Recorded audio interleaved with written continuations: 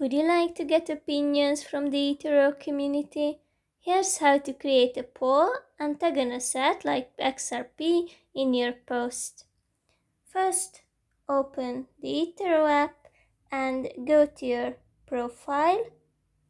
Here, under the What's on Your Mind part, select poll and start typing the question.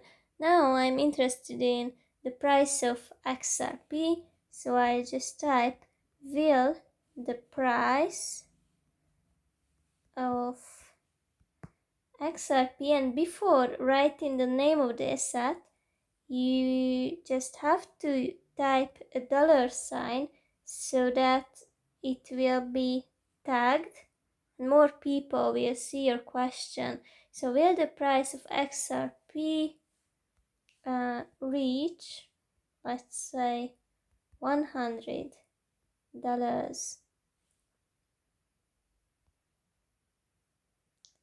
Okay, and now give options to choose from.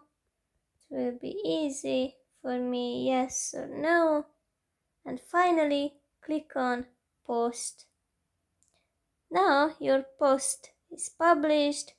You can click here to view it and just wait for the answers.